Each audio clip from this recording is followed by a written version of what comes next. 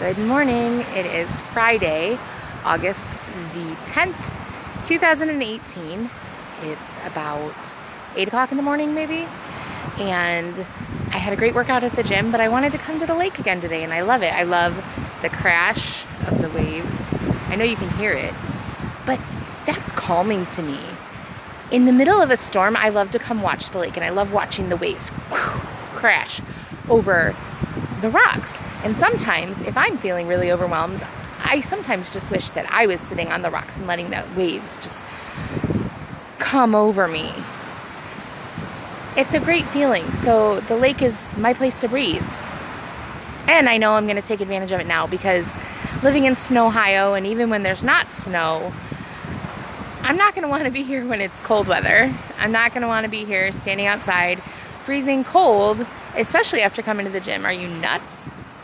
So this morning I was thinking about how often our social events have some tie-in to food, and how that can get awkward if you let it be.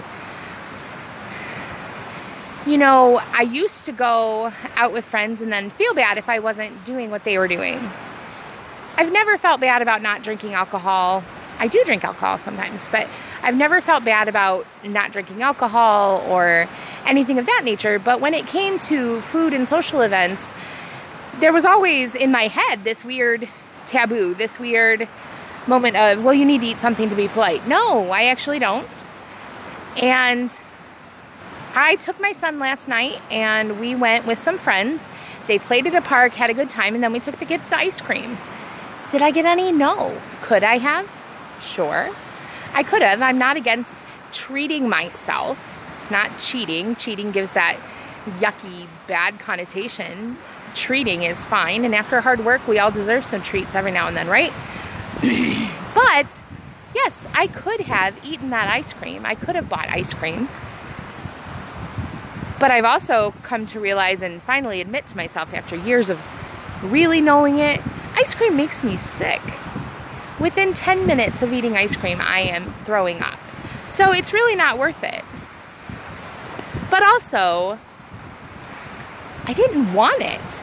I had no desire for any of that, so I didn't do it. It wasn't awkward.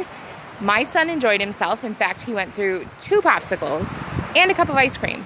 Not because I feed him that much sugary stuff, but because I caved and I let him get a SpongeBob popsicle. You know those ones I'm talking about?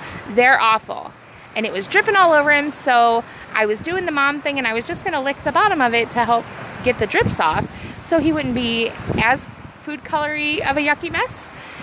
And when I did that, SpongeBob completely fell off the popsicle stick. And you have an unhappy 7-year-old. And normally, I would be like, one and done, you're fine. But he wasn't even a quarter of the way through it. He was just slow eating it.